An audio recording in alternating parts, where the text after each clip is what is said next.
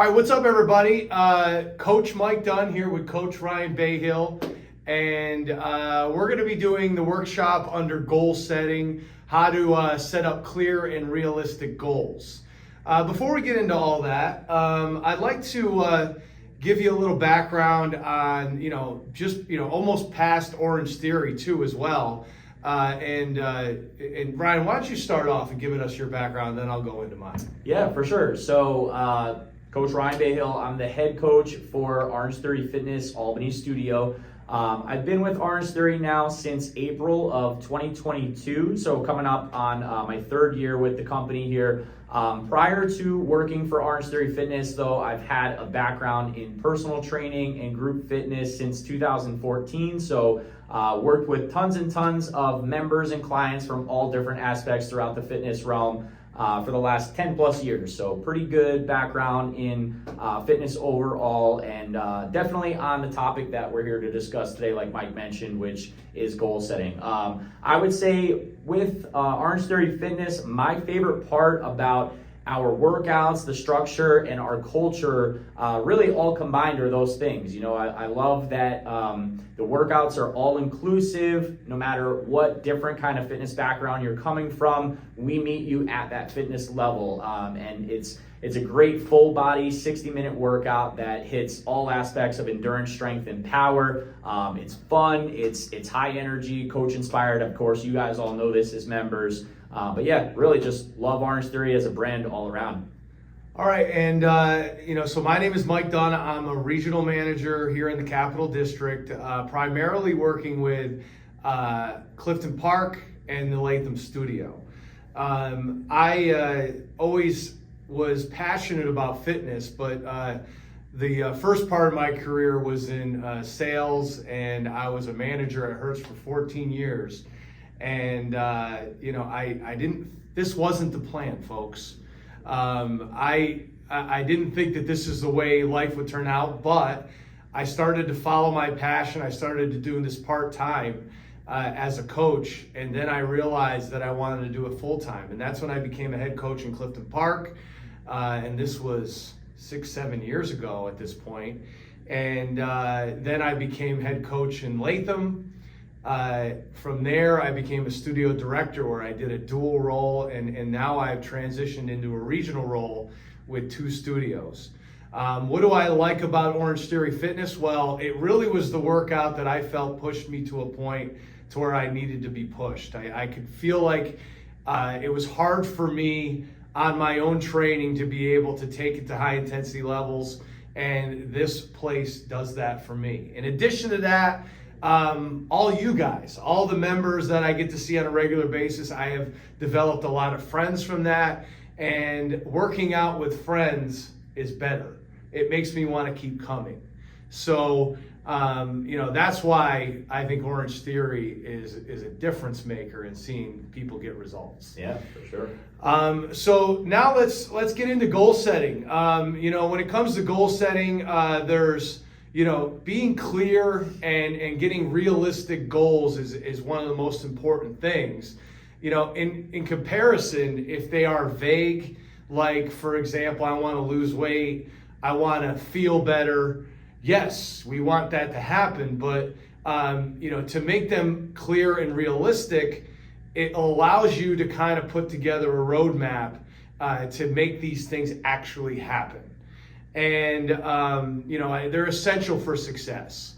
So what do they do? What are some of the positive things to putting together clear and realistic goals? They give you a sense of empowerment and control. You feel like you're in control of it if it's not only realistic, but if it's a clear route to where you got to go. I like to think that they're going to make you feel good. I think the wrong goal can make you feel ashamed, demotivated, unfocused. And when you initially come into an Orangetheory class, we put together fitness goals for you, and our goal is to make them realistic, to make them clear. And if you don't have that, we'll be asking questions to try to find out how to get there to that realistic goal so we can make them real for you. Mm-hmm. So Ryan, you're going to be talking about why it's important to set fitness goals, and why don't you go into that? Yeah, for sure. So Mike makes a lot of great points. Getting further into establishing goals for yourself, it is the path to set you up on success fast track, right? So when you're looking at establishing your goals, we want to try our best to really help develop the right skills that are going to get you to achieve whatever your desired objective is. And of course, that's going to be different from person A, B to C. Everyone has different goals, but that's why we want to make sure we set and establish those goals so you can tackle them appropriately. When you say develop skills, what would you compare that to? What kind of skill? Say I had a goal of building muscle. Mm-hmm. What is a skill that you can develop that would kind of go into that goal? Yeah, that's a great question. I would say a skill to develop would be focusing on, maybe the increase of your load with weight choice that you're working with in the studio.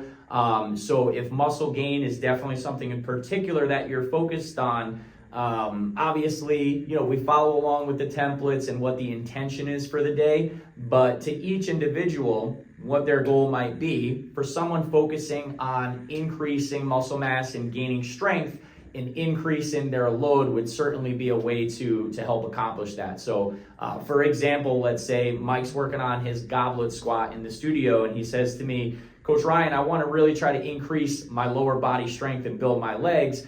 I might come over and encourage Mike to increase his weight choice on the goblet squat, maybe take his time slowing his tempo down a little more so he can really get the load focusing on the legs and help improve and gain a little bit more strength there. Right, and I think if you set fitness goals like, to get stronger, to build muscle, the path that you take with more repetition and going to class on a regular basis and, having coaches observe you while this happens and give you corrections, you're going to develop the skills to be able to build muscle. So I think that's really the point. Yeah, and so Mike mentioned it prior, that establishing your goals really essentially is the roadmap that will help get you there to achieve your behavioral goals. Now that's the next thing we're going to go into. Behavior goals center on the actions and tasks that you can consistently achieve, right? So you want to set clear expectations with yourself. For example, maybe it's get to Orangetheory Fitness classes 4 to 5 times a week. That's a very clear, achievable behavioral goal that you're establishing for yourself. Another one, for example, might be make sure you head to the grocery store this weekend so that you have the appropriate food in your house, and that way you can meal prep or plan over the weekend on Saturday or Sunday. Another example might be in order to ensure that you have the appropriate kinds of foods in your house, you want to set up maybe some fresh fruit or vegetables that you cut up and have in the refrigerator and prevent yourself from snacking on unnecessary foods that are going to deter you from reaching your goals. I think that's a great point. So, say the goal is to lose 2 to 4%, say it's 3% body fat over the 8-week span. What's the steps that are going to take you to get there? Well, it's going to be your behavior goals. If you do all these things, I think you focus less on the outcomes daily. You focus more on the behaviors, and they should get you there. Absolutely. Right. Yeah. So you also mentioned, so now what I'd like to talk about is kind of a mindset to get you successful. Sometimes folks that, are trying to set up goals, they could often feel defeated if they maybe, break those goals or you do something the wrong way, right? So, for example, say you have a bad day of eating. That could turn into, feeling defeated and then kind of just saying, I quit. And that tends to happen with folks that, kind of give themselves restrictions. So I want to look at approach goals over avoid goals. So approach goals are a way to do, what am I going to do? Not avoid goals are saying, I'm not going to do this anymore. I'm not going to have any junk food. I'm not going to I'm not going to oversleep and make sure that I go to the class. It should be about, I'm going to pre-book my classes.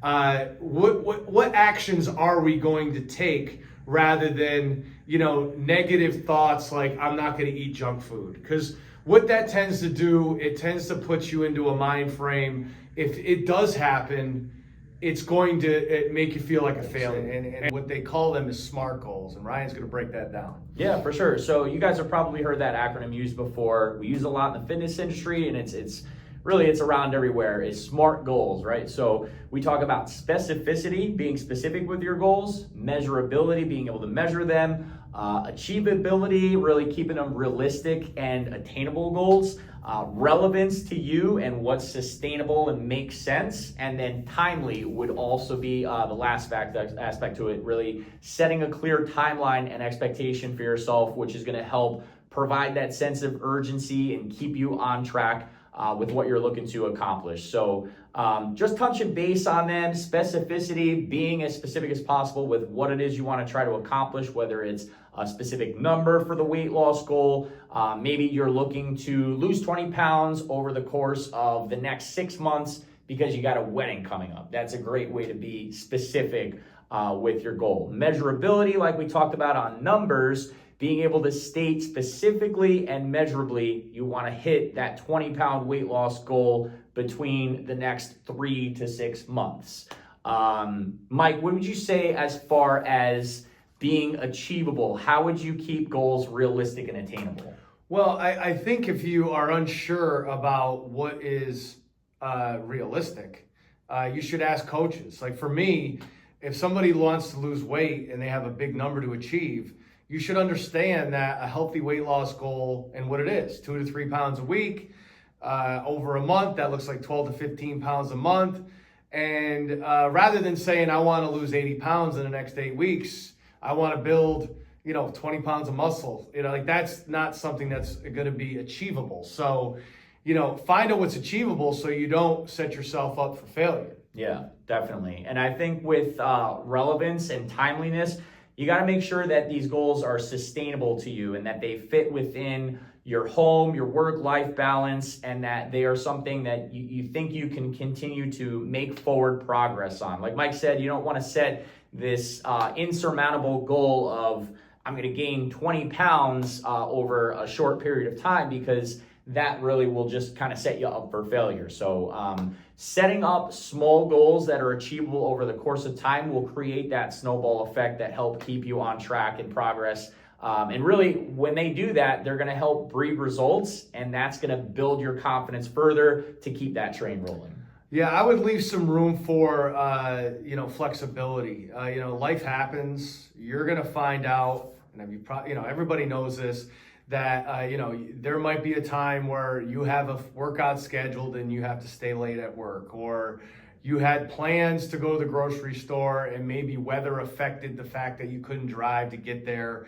You might have to, change things up and go during the week. Maybe you have to set up a grocery pickup instead of walking around the store because you don't have that much time. That doesn't stop the fact from you have to get the food into your house. You got to meal prep and you got to make things happen the best you can.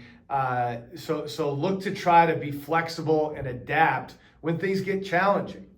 Another thing to do is, tap into your why. Get a deep reason for, why you want to accomplish, say, for example, the goal of reducing your body fat percentage. Well, maybe the answer is, your why is you want to feel more confident in your own skin. You want that dress to fit you in 3 months for the wedding that's going to be very important to you, right? So that is a lot more important than any numbers that you can create for most people.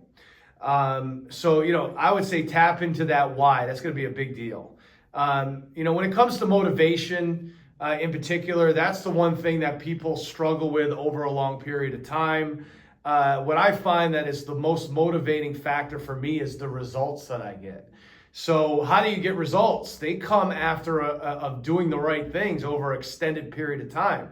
And a lot of people will quit before they start seeing results, so they never really get motivated. So, I would say stay the course and know that once you start seeing results, which they will if you're doing the right things, that's going to be the best motivation to keep you going, in my estimation. But what are some strategies you might want to use if you're having trouble staying motivated? I would say being able to track the workouts, knowing that we have the Orangetheory Fitness app to check in progress over time, maybe whether it's a benchmark workout or a signature that we do, you can go back in your app and it's you versus you, right? So using the app is a great way. Like we talked about previously, your daily food intake and tracking your calories with an app like MyFitnessPal. And one thing to really kind of focus on with this in particular, and I know it's something that we've touched on previously, is remember, guys, we're all human, and that slip-ups are going to happen, right? We will have good days, we will have bad days, and progress isn't always up, up, up. Sometimes it's up and down in waves, right? So just know that one mistake you make is not going to deter you from all the progress that you made over the previous 2 weeks. We just simply pick up where we left off and get back on track. And, like Mike said, that's going to help breed consistency results and get you to where you want to go. Right. So, going forward, when you're in the middle of this challenge, look to work with your coaches, especially when things get difficult. If you're having trouble, we've all been there. We've myself and Ryan, I'm sure I could speak for Ryan to say, like, we have tried to, see results and have the same type of goals that you guys are going through. And we can help you with some of the strategies if you're having trouble trying to fit it in your own life. So talk to us after class, or even set up a consultation with your head coach if you're having trouble. And we're looking forward to seeing you crush your goals, and we'll see you in the studio. Hey, thanks so much for having us today, guys.